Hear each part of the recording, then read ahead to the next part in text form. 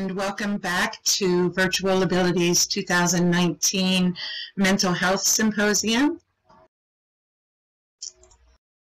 My name is Malay Fresky, Dr. Amy Cross in real life, and my research involves the transference of identity between user and avatar.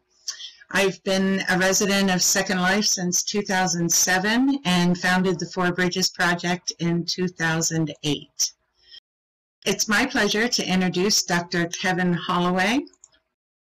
Dr. Holloway is the Director of Training and Education at the Center for Deployment Psychology. The Center for Deployment Psychology, CDP, at the Uniformed Services University of the Health Sciences in Bethesda, Maryland, in the United States, has piloted virtual worlds-based training programs for mental health providers serving members of the military, both veterans and those in service, and their family members. A licensed clinical psychologist, he's particularly interested in technology solutions, including using virtual worlds to improve access to and quality of professional training. The title of his talk is Virtual World Training for Mental Health Providers.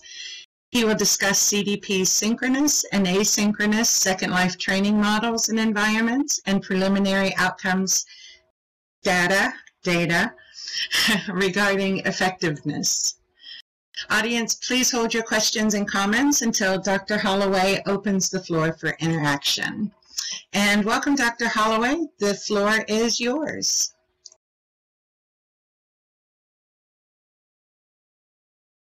Thank you so much for that introduction. Hello, everyone. As she said, my name is Dr. Kevin Holloway. I'm a psychologist and the Director of Training and Education at the Center for Deployment Psychology. CDP is part of the Uniformed Services University of the Health Sciences in Bethesda, Maryland, and our primary mission is to train mental health providers in the Department of Defense in evidence-based psychotherapies, or EBPs, for mental health issues relevant to military combat deployment. Additionally, we also train civilian mental health providers who are likely to treat service members or veterans in topics such as military culture, military deployment cycle, common clinical presentations that service members may have, as well as evidence-based psychotherapies. At first, I need to start with my standard disclaimer, and that is that all of the views expressed today are my own. They do not reflect the views of the Uniformed Services University of the Health Sciences, the Department of Defense, or the U.S. government. Basically, what that means is that while the university thinks highly enough of me to hire me to do presentations and workshops, they don't think highly enough of me to stand behind anything I say. So all of the brilliant things that I say belong to the government, and anything dumb I say belongs to me. For almost 18 years, the United States has been at a continual state of war. Over 2.8 million service members have deployed in service of Operation Enduring Freedom, or OEF, in Afghanistan, or Operation Iraqi Freedom, OIF, in Iraq. And over half of those have deployed more than once. It goes without saying that serving in a combat zone is dangerous, even life-threatening, and significantly stressful. In this image, you can see a Stryker AFV armored personnel carrier lying on its side after surviving a deeply buried improvised explosive device, or IED, blast on April 15, 2007, in Iraq. The mental health consequences of serving in combat can be tremendous. Around 14 to 19% of all service members returning from deployment report significant symptoms of post-traumatic stress disorder. And similarly, around 14 to 19% of returning service members can be diagnosed with major depressive disorder. Nearly half report significant sleep problems upon their return, including insomnia. All of these conditions increase the risk of service member and veteran suicide, to which we currently lose approximately 20 every day, and the risks appear to increase with repeated deployments. The good news is that we have several evidence-based psychotherapies, or EBPs, that address these serious mental health issues.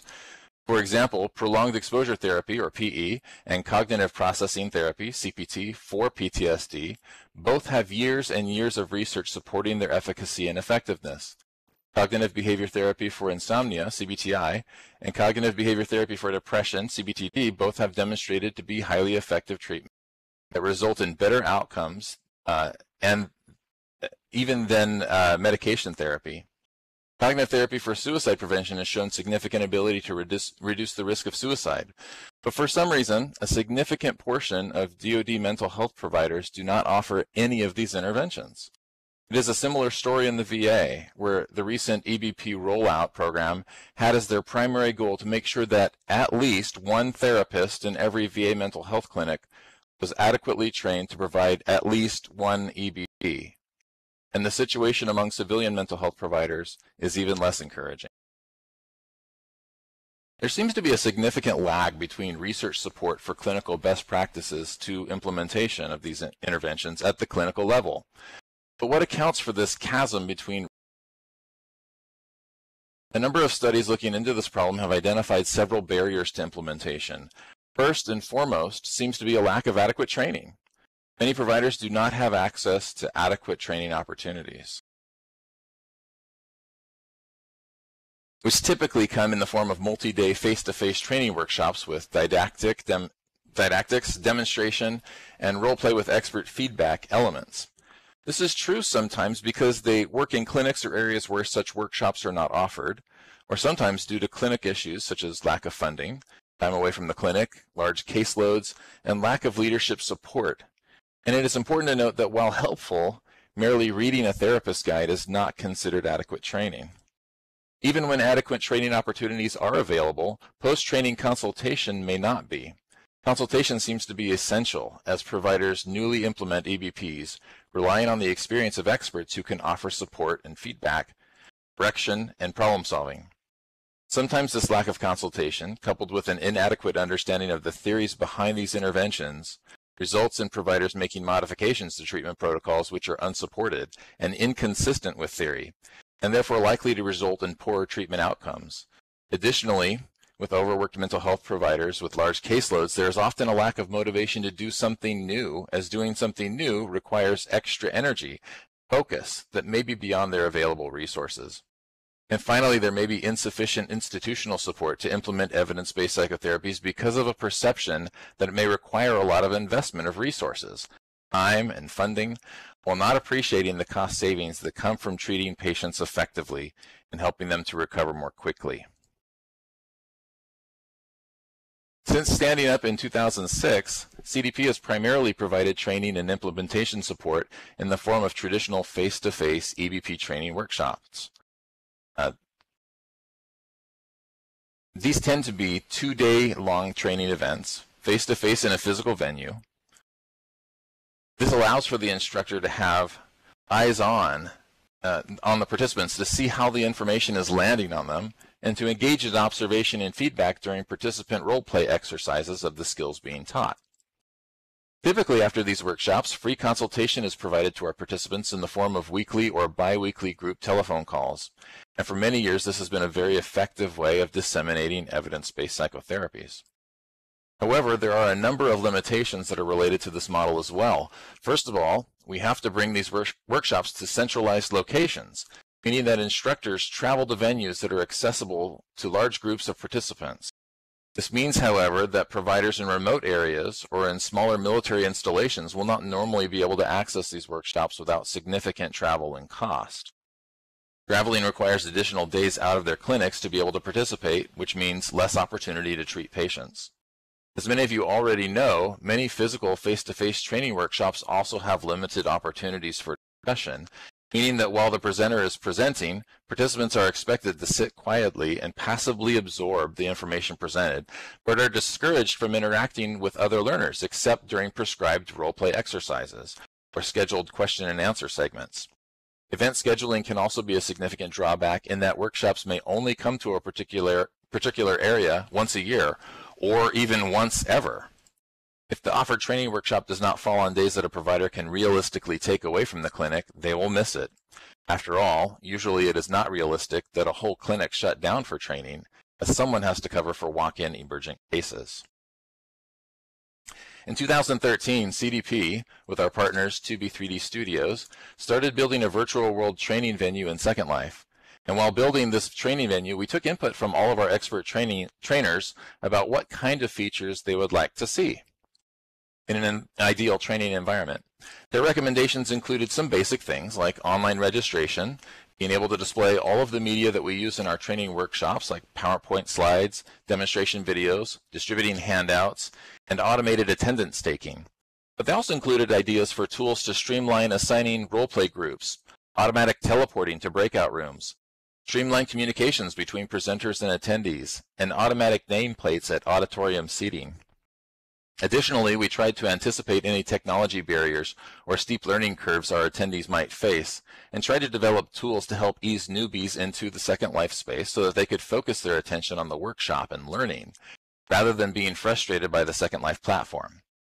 By May 2014, we offered our first two-day EBP workshop in Second Life. We had no idea whether mental health providers would consider attending a workshop in Second Life as a legitimate way to engage in continuing education training, or even if they would feel technologically savvy enough to try it. But when registration went live, it sold out within 24 hours.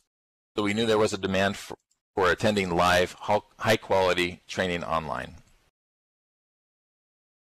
Since that very first two-day workshop in Second Life, we have conducted 54 two-day training workshops in Second Life across 5 different evidence-based psychotherapies, with a total of 1,562 mental health provider attendees.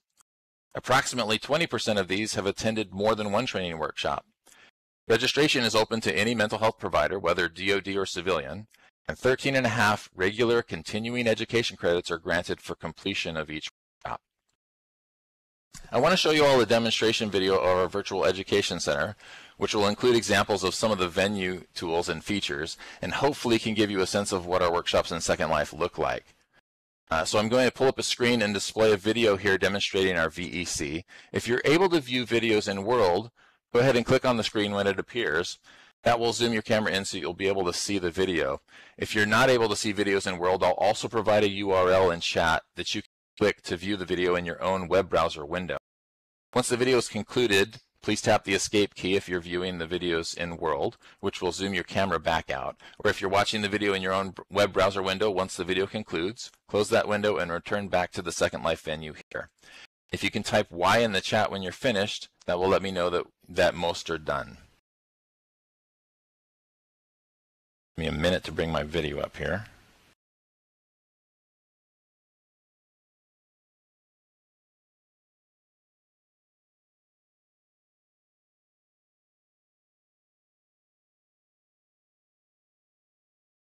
Apologies, that is the wrong video.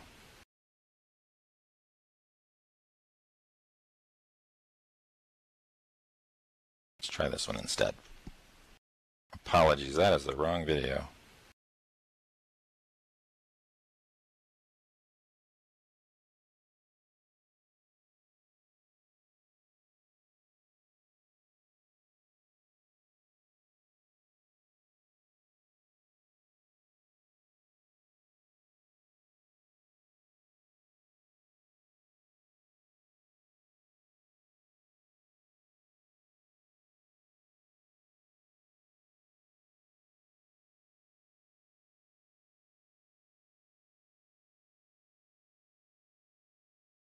Patient access those emotions associated with the crisis. So you're going to have them walk through in detail, like we talked about earlier, as they did the timeline and told you their narrative.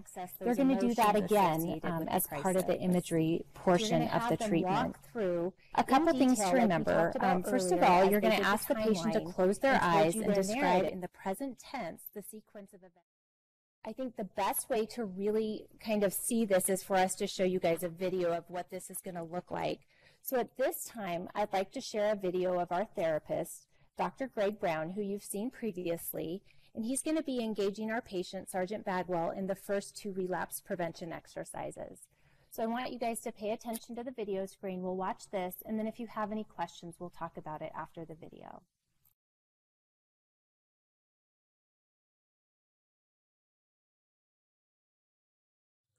So today, Carl, I'd like to go over the relapse prevention task that we talked a little bit about last week.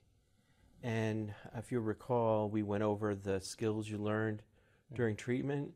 And so what I'd like to do today is kind of like a dress rehearsal for when you get upset, even think about killing yourself, and how to handle that. Really great discussion on protective factors, you guys. I love hearing your thoughts on that. So great job. So now that we've covered the suicide risk assessment section, we're going to do a practice exercise. So I want you to think about everything we just covered, talking about what you want to cover in a thorough suicide risk assessment. And we're going to focus on one area of that. So if you could just take a minute, pull out handouts 7 and 8. And when you guys have those, I want you to just slap me some Ys.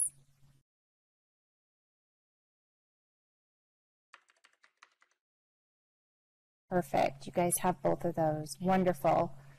So first of all, just to kind of point out, if you look at handout 7, this is really an overview of handout number 8. You're going to use handout 8 when we do the breakout exercises.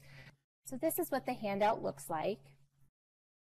So what we're going to do at this time, just so that people are clear, I'm going to give you a brief explanation and then I'm going to have Maria give you a little more information. We're going to break into groups of 3 to practice doing this focused assessment of suicide intent. And what we're going to do is in those triads, we're going to have one person be the assessor, one's going to be the patient, and the other person's going to observe. And we're going to do a 15-minute practice exercise, and then we'll have you guys switch roles. So we're going to do this twice for a total of 30 minutes. I do want to point out that when you get to your breakout room, there will be a timer in there, and it will do a countdown for 15 minutes. So all right, well, like Dr. French mentioned, you're going to be sent into a breakout room. You're going to get into a group of 3.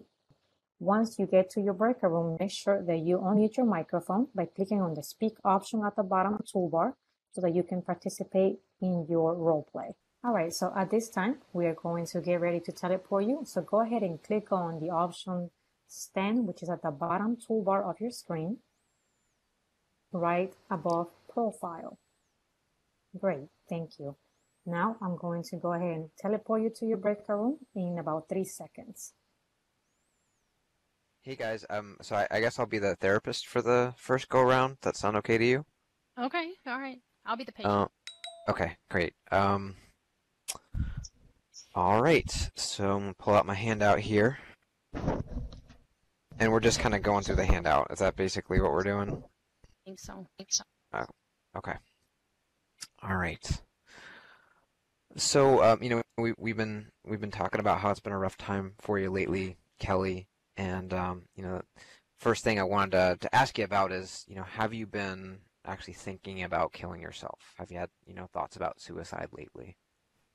I have. I think about it a lot, actually. Okay. When you think about it, can you tell me exactly what you've been thinking?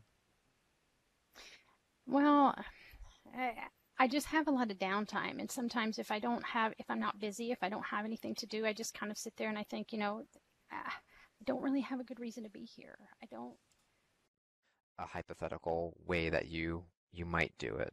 Does that sound about right? Yeah, okay. That's right. So I want to intervene for just one moment, just to take an opportunity to point out a teaching moment. And you were doing a really great job, Andy, and you were doing a really great job at being a realistic patient, Kelly. So thank you for that. But Andy, I think this was a great example where really when you're looking at starting to assess the plan, you're really looking at 2 different potential methods where oftentimes we kind of get stuck in what's your plan, and she was talking about maybe looking at means, but then she started talking about overdose. So I think this is really just a great example to highlight that sometimes we need to assess for multiple methods, and you were doing a really good job of just kind of following that.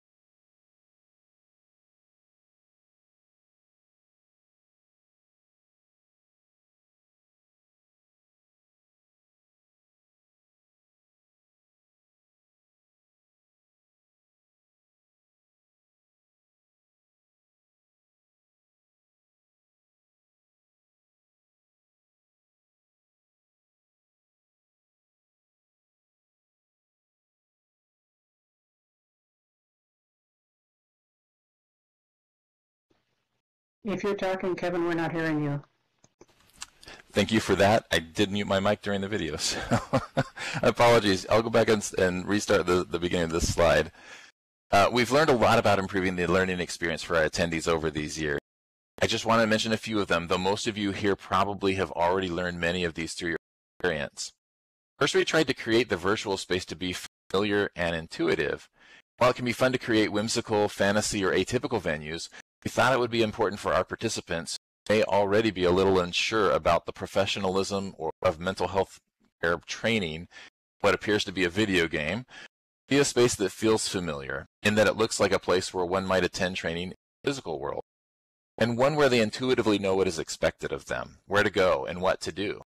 Additionally, to facilitate acceptance of the legitimacy of our Second Life venue and workshops, we have an unwritten rule for our instructors and staff that when we host an externally facing event, all of our avatars are human. When we have internal meetings, our staff gets very creative with their avatar self-expression, which is encouraged. But we want to minimize any psychological barriers to our attendees seeing our venue as a credible learning environment. We also learned that it is very important to provide good tech support from before registration all the way through the workshop. This starts with a good information page on our website about what is involved in a Second Life workshop, minimum system requirements, minimum hardware needed. For example, we require that participants use a headset with a microphone so that they can participate in role-play exercises, how to set up a Second Life account, videos that demonstrate basic Second Life skills, and a frequently asked questions section. This information page can be found at the link in chat there. It's also on the slide, I think, deploymentpsych.org/virtual provider training Second Life. When registering for a workshop, attendees are required to sign up for a pre-workshop open house where they'll briefly meet up with one of our tech support staff to make sure that they can log in, find the venue, hear voice over IP audio, and can be heard through their mic. They will also get a quick basic lesson on Second Life skills they'll need to succeed, such as how to navigate, how to sit, reading dialog boxes, and accepting experience. We also begin every two-day workshop with a brief 15-minute tech orientation to review the function of the heads-up display, how to participate in audience polling, downloading handouts, muting, unmuting mics, and some of our shorthand words, such as hot mic for people with an accidentally open microphone, or slap me some Ys to refer to a quick yes or no question. At least one of our tech support staff are available throughout the workshop to assist with any technology issues so instructors can focus on the workshop and attendees can get back to learning as quickly as possible. The participants' heads-up display, HUD, its main purpose is to assist newbies with accessing more advanced Second Life features such as relevant gestures, changing camera angles, and participating in audience polls.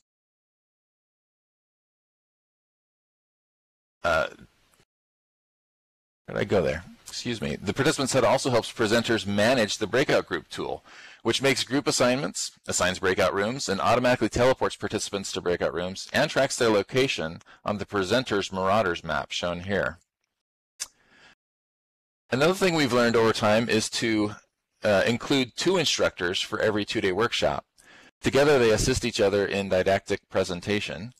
While one is actively presenting, the other one is watching the nearby chat, responding to questions, and engaging with the learners. We learned that it can be very distracting for instructors to teach and track the chat simultaneously.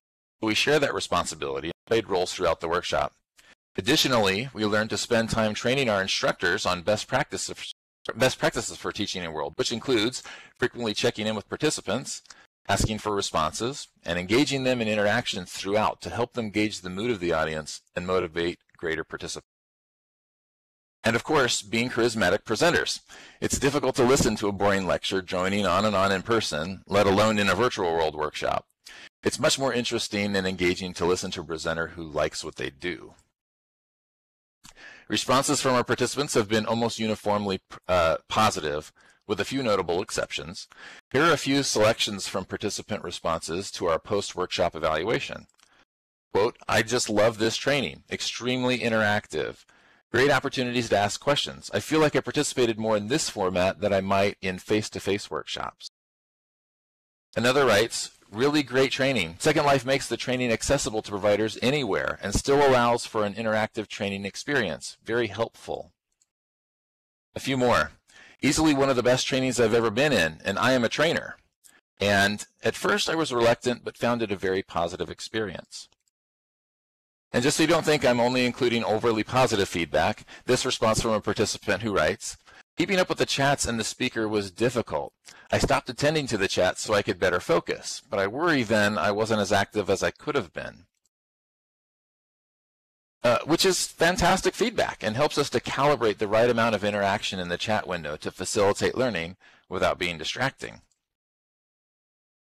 Results from our program evaluation efforts have been very encouraging. We evaluate pre-post workshop knowledge gain for all of our workshops, whether virtual or physical. Regardless of learning environment, knowledge gain is significant for all of our EBP workshops.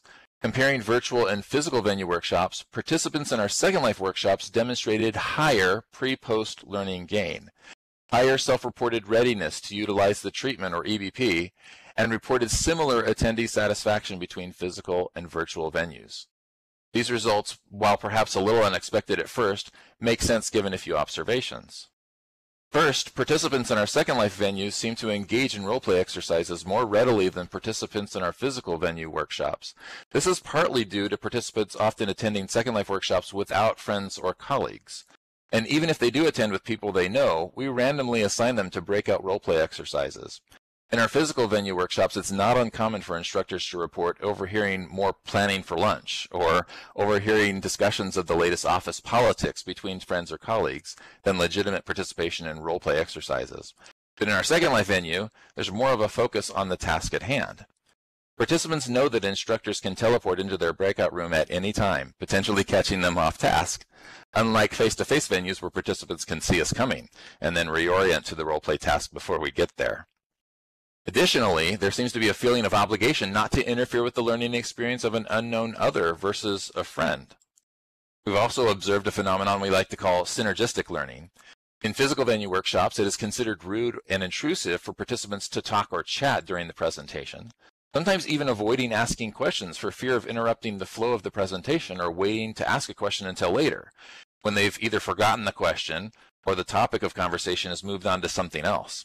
In our virtual workshops, a social expectation of participation quickly develops where participants are asking questions as they have them, and other participants jump in to contribute to the answer. Discussion among learners is invited and encouraged, enriching the learning experience for all.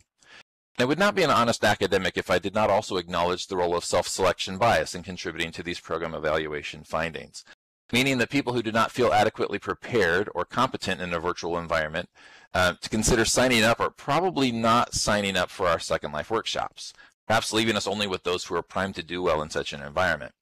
While I acknowledge that possibility, we hope in the future to be able to conduct research in which participants are randomly assigned to learning conditions. We can evaluate the direct impact of virtual worlds environments on learning compared to physical environments. Despite these impressive results regarding EBP dissemination, we still have some work to do regarding implementation of these skills. Based on surveys sent to our traditional physical workshop participants, we find that about half reported never accessing post-workshop consultation, either from CDP experts or from others. Only about half reported implementing the EBP with even one patient since their training. About half of those reported using the full EBP protocol with fidelity, while many reported utilizing modifications to the protocols which were inconsistent with the underlying theory. While these data are not drawn from participants in our Second Life workshops, it still suggests a gap in training which virtual worlds learning could assist. So as this is the most exciting part to me, it is one thing to replicate or simulate traditional classroom learning models in a virtual world space.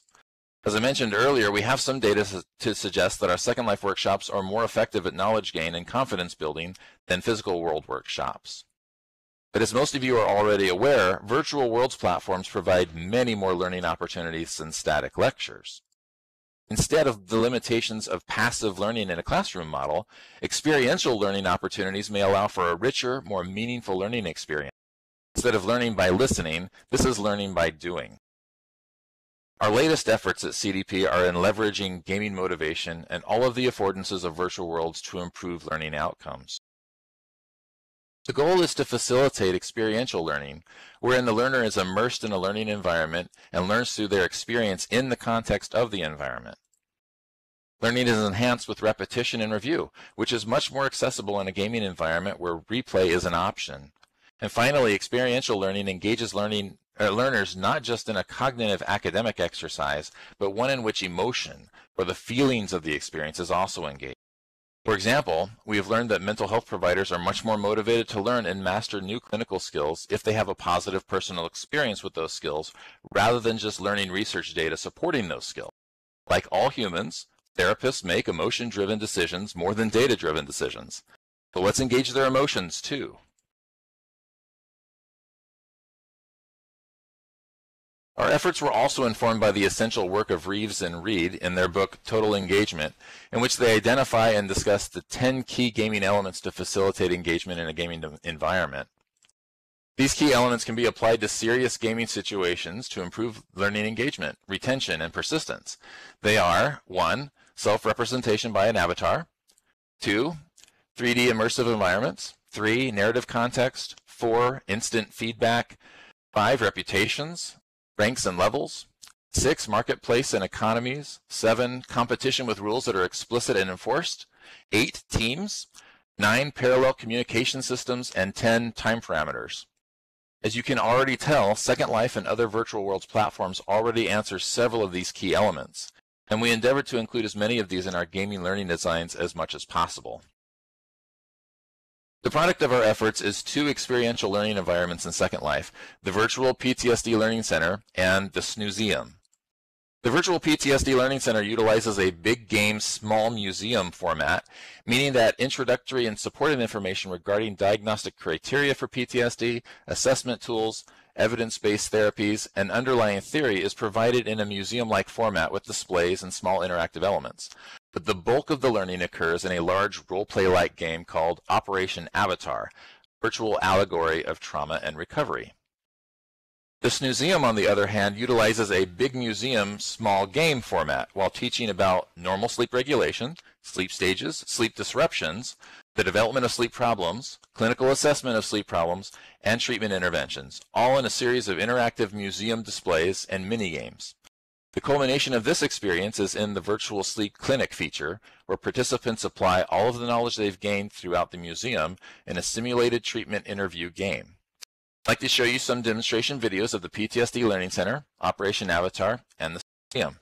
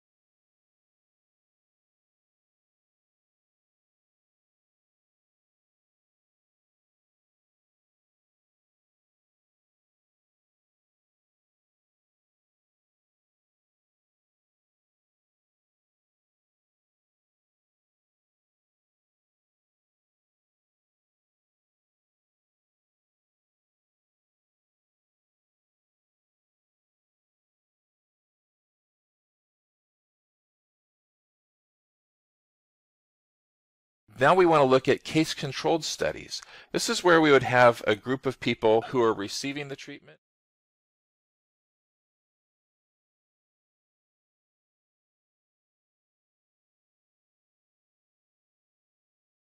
Honestly, it's easier if my wife isn't with me. It's not easy to go alone either, but when I have to look out for her safety, it's much more stressful. If I go alone, it's a bit less difficult, say a 60.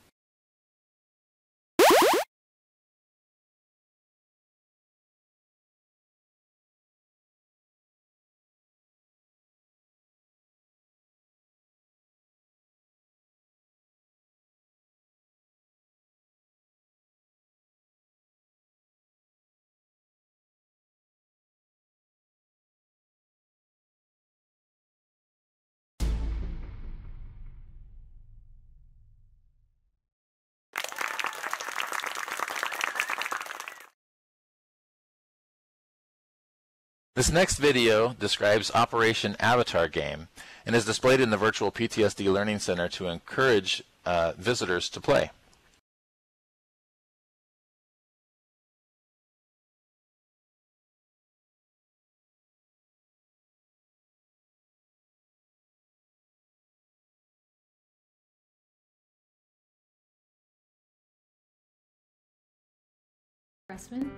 And I'm Andy Santinello. In this feature-length experience, you'll have the opportunity to meet with noted PTSD expert Dr. Kenneth Obie to learn more about PTSD and how it affects the lives of those who experience trauma. Gain the benefit of his knowledge and experience by participating in a private virtual consultation with Dr. Obie himself. Operation Avatar allows you to experience life as a virtual patient named John, as he experiences a trauma and develops some trauma-related symptoms. You will follow John over the course of 3 important days in his life. The day he experiences a trauma, a day in which he experiences symptoms of PTSD, and a day after he has received treatment. You'll have the opportunity to walk in John's boots and experience things from his perspective. Expect to spend approximately 20 to 30 minutes exploring each day of John's experience. Unlike consultation and training you may have experienced in the past, Dr. Obie has some unorthodox and imaginative ways of teaching. Get ready for a wholly unique, immersive experience. You'll wish all your consultation was like this. When you're ready, you can find Dr. Obie waiting for you in any of the clinical offices in the hallway to your right. Go right in and sit down and begin this unusual and highly engaging experience.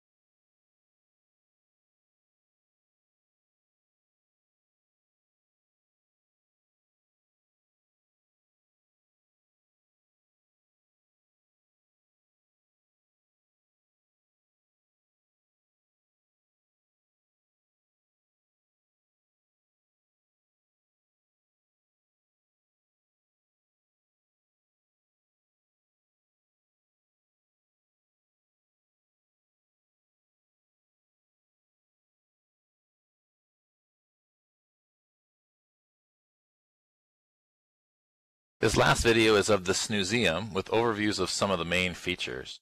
And again, the link will be in the chat for you to watch it in an external browser if you need to.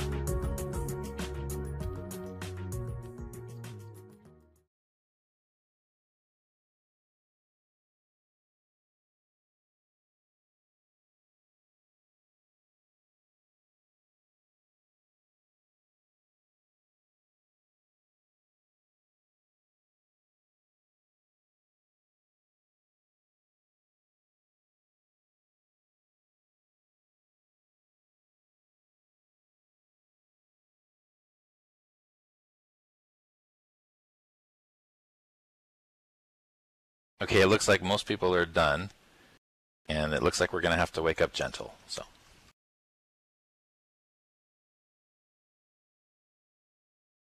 So while these experiential learning environments are quite new, we only launched them in November and they're open to the public now, we've learned quite a bit from this endeavor as well.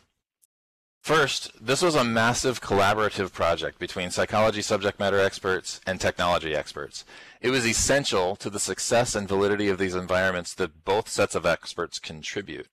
The level of trust developed in each other's expertise was essential, and we are greatly appreciative to our 2B3D partners. Second, we learned that while some information display is necessary to contribute to learning, we couldn't and shouldn't just post two-dimensional information in a three-dimensional world. Web pages do that very well without the need for a virtual world space. So we learned to not just make boxes with pretty pictures on them. Instead, create an experience, create a world. Third, utilizing gaming throughout, even multiple mini-games, enhances learning and engagement. It also provides a learner multiple opportunities to try out various approaches and outcomes with replayability, an important element to their learning. Fourth, we learned that Field of Dreams isn't true. If you build it, they will come is the biggest lie. Instead, create a reason for the visitors to be there. Create shared experiences that facilitate interactions. Incorporate virtual learning environments into other experiences your learners are already accessing. For example, we've started incorporating the storyline of Operation Avatar into our PTSD didactic workshop materials as a case study woven throughout the course to illustrate concepts and put a compelling story to the data.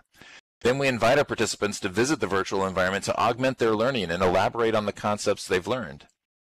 And finally, validate, validate, validate.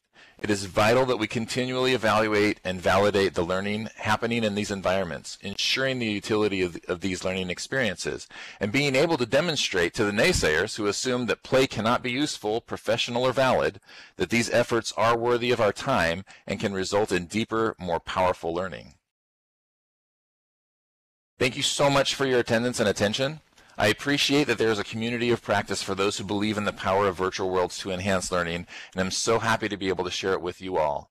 I invite you to contact me with questions at my email address on the slide, kholloway@deploymentpsych.org. Additionally, I'm happy to answer questions that you have now in the time remaining before we take you on a field trip.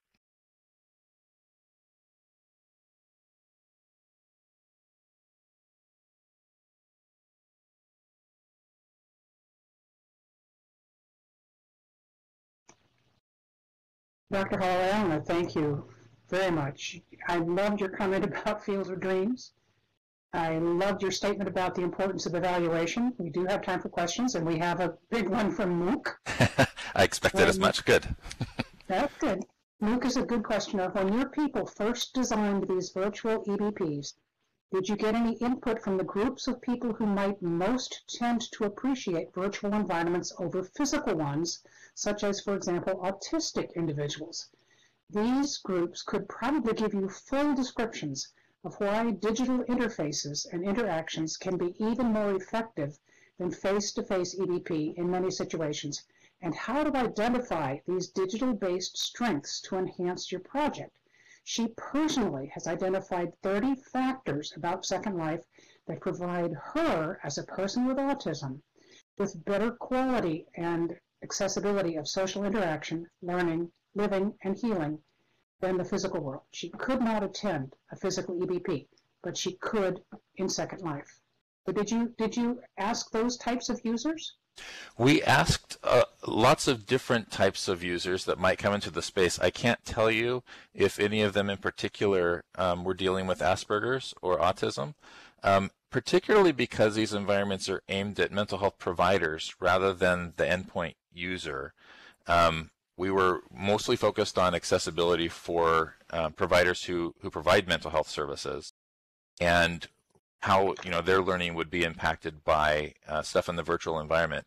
When we first, for example, started doing our live instructor-led training and workshops, we were using the exact same materials, the exact same content, the exact same everything that we would offer in our face-to-face venues, and doing all of that, like we showed the very first video there, doing that all in our virtual venue, And to be honest, that wasn't necessarily so much to make sure we were engaging the learners in the same way. We kind of assumed that would happen. Part of that was to try to ease the level of acceptability for our CE provider, our CE sponsor. They were worried that learning in a virtual environment could not be the same as learning in a physical environment. And so we had to try to help them feel more comfortable with the idea that they would put their name on granting continuing education credits for learning that it was happening in the environment. But I will say this too, is that throughout all of the development, both for these projects and also some projects I really got to do when I was at the National Center for Telehealth and Technology, we developed a PTSD environment there that was aimed at the end user to try to help them to understand what PTSD was, how it might look in their own life, how might it manifest in their day-to-day activities, and kind of secondarily for family members and perhaps friends. And we spent an awful lot of time with service members who had a PTSD diagnosis and kind of what their experience was like. What does it look like when they're having a flashback? What does it feel like, you know? Or what are some of the examples of cognitive confusion they've encountered? How does that get in the way of them doing what they want to do? We brought several service members with PTSD through that environment to give us feedback and critique it and tell us about you know, how it was similar to their experience or how it wasn't, so that we could make adjustments and adequately represent what it was like for them. Because one of the aims was to try to help people, and in the current project, help providers understand what it might feel like to have PTSD. They haven't had that opportunity. But we really did ask for the input of folks with PTSD. Now, at the same time, folks with PTSD also may have other comorbid conditions. And so we got some input about many things, including comorbid depression and substance use and even obsessive compulsive disorder, things like that. So we did try to get a wide variety of representation on the folks we were checking in with. Like I said, I can't tell you if any of them also had autism or Asperger's on board. But I can't answer that part of the question. And Renee has a question. She says, that was absolutely incredible and so helpful for all of us working in virtual environments. Now, she is a researcher herself. Yes. She found in a small experiment that she did in parenting classes delivery, the participants were more likely to share difficult information and or to ask difficult questions because they felt anonymous behind their avatars. Do you find that's true in your experience? I do, and perhaps not so much in our experience working with mental health providers themselves directly, because there is less anonymity there. We do ask them for their real life names because we need to be able to connect their attendance and participation with getting the continuing education credits. But prior to these projects, I have worked in some projects where we've provided counseling and therapy in Second Life to patients. And so one in particular, we are doing a pilot study where we were offering prolonged exposure therapy to clients with PTSD in a Second Life clinic. And there were lots of things we had to take into consideration around privacy and HIPAA and confidentiality and ethics. And one of the ethical principles that we had is that the provider, which was actually me, I had to be very identifiable. Like, they needed to know my real life name, and I needed to have my license displayed in the virtual environment. And we made it such that they could click on the license in the virtual environment, and it would take them to, at that time it was the state of Washington, the state of Washington's website where they could do credential validation. So on the one hand, in direction of therapist to patient, I wanted there to be no anonymity. I wanted them to know who I was and what my qualifications were. On the other hand, with the patient, we had a bit of anonymity built in. We, in fact, in that particular project, had them use a standard avatar, so it wasn't connected back to their ownership, for one. And then whenever I met with them, I never saw them face-to-face, ever. We always met in Second Life. And I had one client in particular, when he first started the therapy, told me, "This is stupid. I can't imagine why being in this cartoonish place is going to do anything for my PTSD." But at the end, when they experienced significant symptom reduction, they were reflecting on it, and they said, you know, one of the things that was most helpful for me is that as I was revisiting memories of some of the darkest experiences I've had, it helped that I felt like somebody wasn't staring me down. Like they expressed that if they felt like we were in the same room together and I was looking at them while they were revisiting these memories, it would have been much harder to access those and stay engaged with them. But because we were connected through these avatars, and I could still monitor what was happening with them, perhaps not in the same way I would in a physical environment, but we could still be communicating. I could still be supporting them in confronting rather than avoiding these memories. They were able to do that better in their mind because I wasn't there physically staring at them. And so I mentioned this to somebody a little bit earlier. It seemed to provide both this, this perception of presence and being there with somebody, while also providing at the same time almost like an appropriate level of distance that was necessary for that person. I don't know that that's necessary for every single person, but for at least a couple of people in that pilot study, they reported that was something very useful for them. We're going to do a question from Kelly, and just in case Kevin doesn't know, Kelly is a nurse and nurse educator, and she is a PhD, so she's well qualified as a researcher as well. Great. Okay. She said, "Great presentation, Kevin, thank you. Would you agree that this is really clinical simulation, which we know is important and has better outcome for learning? Did you pitch it as clinical simulation when trying to engage people to take up the education and training? Also, did you find the students followed similar social norms that were expected," I think she means in a physical world classroom? Okay. Both great questions. We didn't probably call it clinical simulation. Because I think among mental health providers, when they hear clinical simulation, they're thinking of like an automated avatar, perhaps, that would play the role of a patient that they could interact with and ask questions of, and they would react as a patient would. And I think, many have this image in their head of, kind of those medical robots where you practice procedures on them. We didn't say it exactly that way, but the concept that you're bringing up is exactly right? That clinical simulation, or being able to get in and practice skills, is much more effective than passive didactic learning. Absolutely. And so I would absolutely agree with that. What was interesting, though, too, with the folks that attend our live instructor-led workshops in the virtual space, there are some rules from a classroom that people kind of carry over, and there's others that they don't. Like, what's interesting to me is even just some of the basic social rules that we seem to follow in the physical space, right? Not being too close to somebody, giving somebody their personal space, a perimeter around them. Most of our learners in our virtual worlds environments provide the same thing. They apologize to one another if their avatars bump into each other. Even though there's been no physical contact, nobody's been injured, they're apologizing for bumping into each other or being in space. We've set up all of the chairs in our auditorium to just a click to sit, and so that inevitably leads to some people accidentally sitting on the laps of other people, which, interestingly enough, seems to cause a little bit of embarrassment, and they feel like they've violated somebody's personal space, even though it's avatar to avatar. So I was especially excited about Nick's presentation and just thinking about how people identify with their avatar. What does it represent to them? Because we see some of that too. But some of the rules that we don't see carry over is, again, that I mentioned it in the presentation, the rule about not talking, not chatting, not asking your neighbor questions while the presentation is going on. In the physical space, you're just not supposed to do that, right? If you're talking during the presentation, you're distracting, you're being intrusive, you're causing problems, and so it's really frowned upon, and the group as a whole tends to punish that and shape that behavior. In our Second Life workshops, the opposite is true, where it's almost considered rude not to participate in at least the text chat during the presentation, where you're contributing ideas and answering questions and pointing your fellow learners to other resources online and putting in links in chat.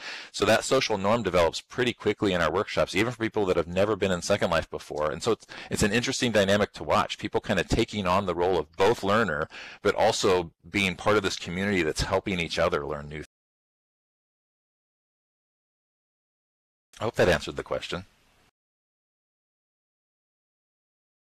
Yes, it did, and I was just commenting, Kevin, that interestingly, when I was doing a similar simulation in Second Life, one of the students stood up and walked away, and the rest of the students asked them where they were going. which of Yes. course made no difference to their ability to continue the conversation, but it was an interesting to see. Probably all of us have experienced lag in Second Life too, right? Where our avatar is not doing what we want it to do. It's not walking the right way, or it's not sitting down when we want it to, and like we end up walking into walls or floating somewhere. And so Absolutely. especially our newbie attendees have those experiences too. And at first, again, there's a lot of apologies, there's a lot of embarrassment, and yet we also, we try to communicate to them early on that, it's really okay. You're here, for one. And that actually doesn't interfere with your ability to learn. Your avatar could be standing in a wall, and you're still going to learn. But it's interesting how folk respond to it. And as you say, if you've not sat in someone's head in Second Life, you've probably never lived. That's right. It's a rite of passage, it seems, in Second Life. Right? Absolutely.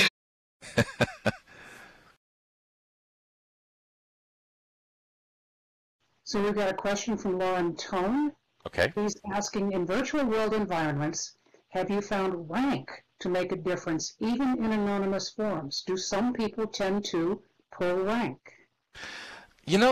That's a great question, and I'm kind of reflecting on that now. My initial reaction is that I haven't really seen that, and I'm not really sure why that is. I mean, one guess is that regardless of what rank somebody may have, whether it's a military rank or like Muka's suggesting, right, that there really are different levels of authority, especially in the medical community, right? Doctors have the white coat, the lab coat. The patients are known that they're kind of in a lower position of power. And yet, in the virtual world space, at least with our learners, I think everybody feels kind of equally new to the environment. And so there doesn't seem to be some rank pulling there. In fact, the only thing that I see is that people that are more experienced in Second Life or have come to other of our workshops before are so excited about the space, they're working to try to help elevate other people to their level, which is so. I do think, though, too, that the anonymity in some ways relieves people of the responsibility of the rank. And so, whereas with high rank comes some power, but it also comes some responsibility. And a number of patients that I've had in the past, probably like in the physical world, that have high military rank, they almost feel like that's a bit of a burden when they're going to seek mental health care. They're worried that others will see them, either judge them, or will feel like now they're no longer a trustworthy leader.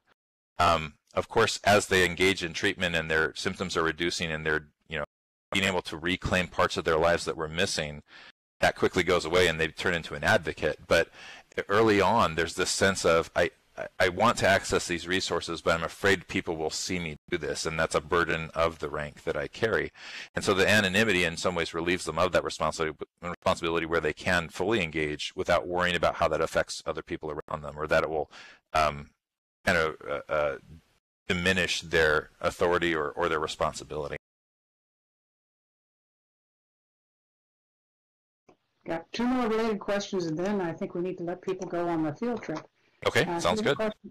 Here's a question from the audience.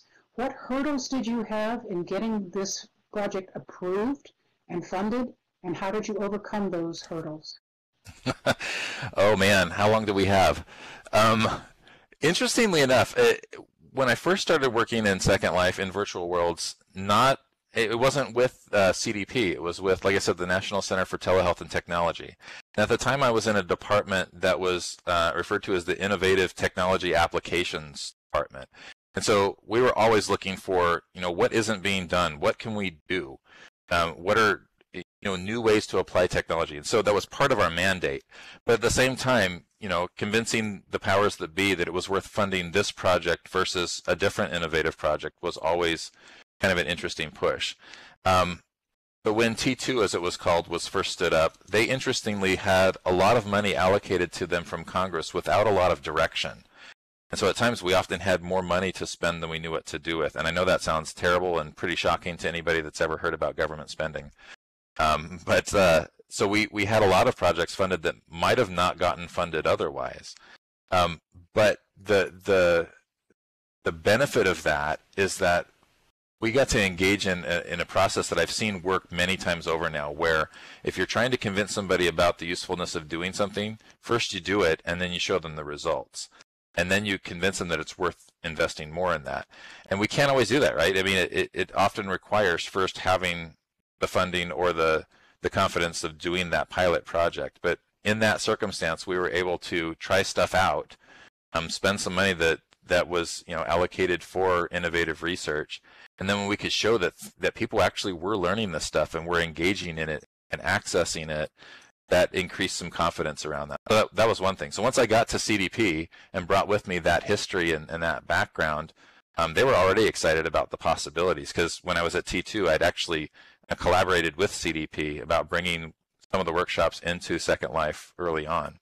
When I got to CDP, they were raring to go. The other group that we had to convince, I mentioned this earlier, was our CE sponsors.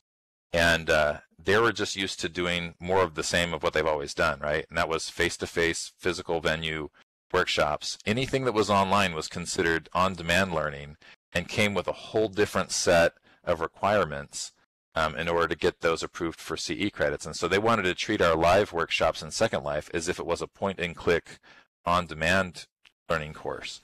And it took a while to convince them that that's not what we were doing, and that it really needed to be thought of more synonymous with our face-to-face physical venue live instructor-led workshops than these point-and-click on-demand courses.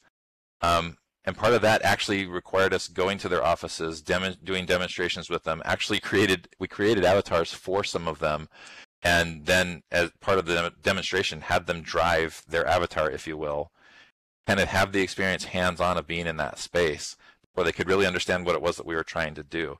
And I'm still not convinced that all CE providers out there would see it the same way. We're lucky with the ones that we have that they were willing to take a chance. And like I said, we've been doing this now for,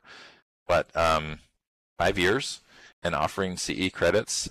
These are officially sanctioned American Psychological Association, ACCME, National Social Work CE credits, and they're treated the same as if they had come to a face-to-face physical venue workshop, which is fantastic. But part of it is just convincing people to take that cognitive leap, to kind of get over that hump, that this is worth doing and people can learn.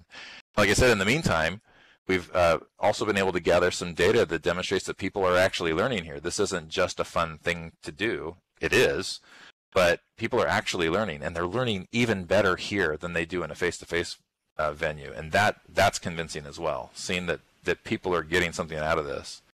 I was talking to Gentle, I think, just a couple of days ago, and I've had people confront me and say, well, how can you say that this is just as good as learning in a face-to-face venue? And before we had the data, we couldn't say that.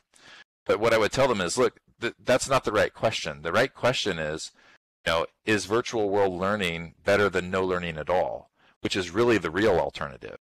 The folks that are coming to our Second Life workshops aren't the folks that can make it to our face-to-face workshops, because if they can make it to our face-to-face workshops, they're going there. Instead, hopefully we're bringing learning to people who would not otherwise be able to access it. So the real comparison is, what's it like to learn in a virtual space versus not learning at all? And that, I think, people can easily get on board with, that this is better, right, than not having access to any training at all. But in the meantime, we've been able to find those data to do some research to show that people are learning in this space, and they may be learning even better than if in the face-to-face. And Kevin, are your efficacy results published somewhere? We are writing those up right now. There are a couple of articles that have been published so far. Our data specifically with our suicide prevention workshop are published. And it could, I can get that reference for you all and send it to Gentle for a way to distribute that. But yeah, Sybil Maloney would be the first author on that study.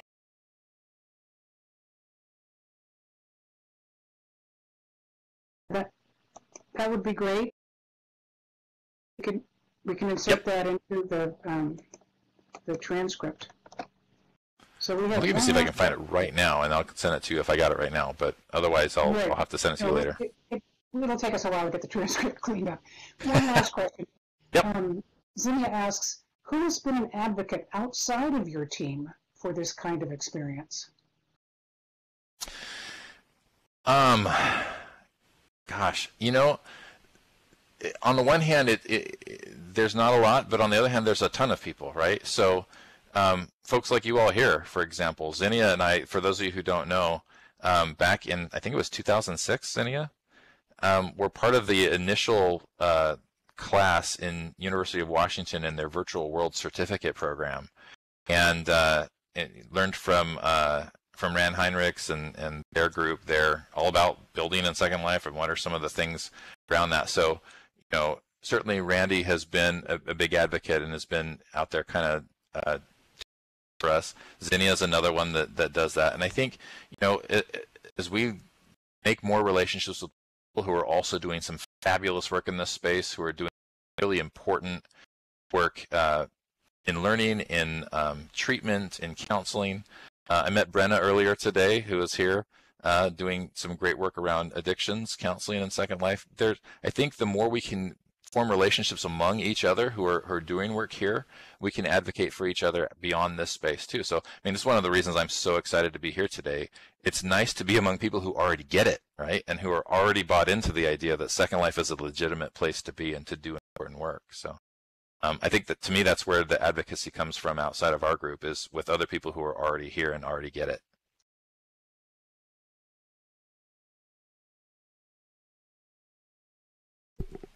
And again, Emmy, you're right. He's preaching to the choir. I have to apologize. We really do need to give him a chance to take us on the field trip.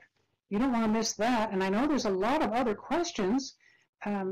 Kevin, do you want to maybe post your email address? Put that in local? Would that be okay? And you're absolutely welcome to email me with questions. Yeah. So yeah, let me give you that information then too.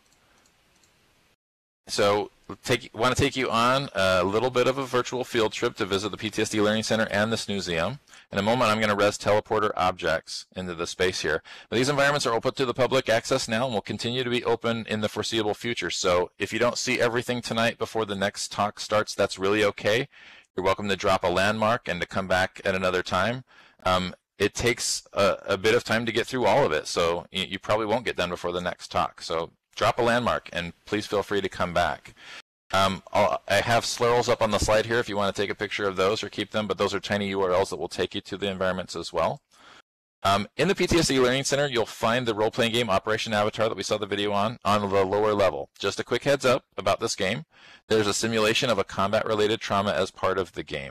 So it's not gratuitously intense, but there are representations of explosions, firefights, injuries, and blood.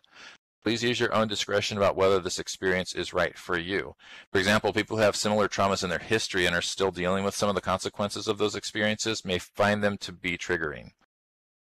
Additionally, in order to represent some of the intensity of PTSD symptoms, some of the dialogue in the game includes swearing. So again, I tell you this just to help you decide whether or not this is a good fit for you. I don't have any similar warnings for this museum. We welcome any feedback that you have about the experience. There's a guest book in this museum at the concierge desk that you're welcome to sign with comments, or you can send me an email. Here's my email address again. So with that, I'm going to res teleporter objects right up here next to me. The red orb will take you to the PTSD Learning Center. Here we go. And the blue orb will take you to this museum. And like I said earlier, I've got teleporters that will bring you right back to the auditorium here. But if you just click on the glowing orb, it'll open the map for you, and then you just click on the teleport button in the bottom right-hand corner to teleport. I'll be in the environment to answer questions that you might have, but feel free to these are self-exploratory environments. You're welcome to go at your own pace and in whatever direction you want.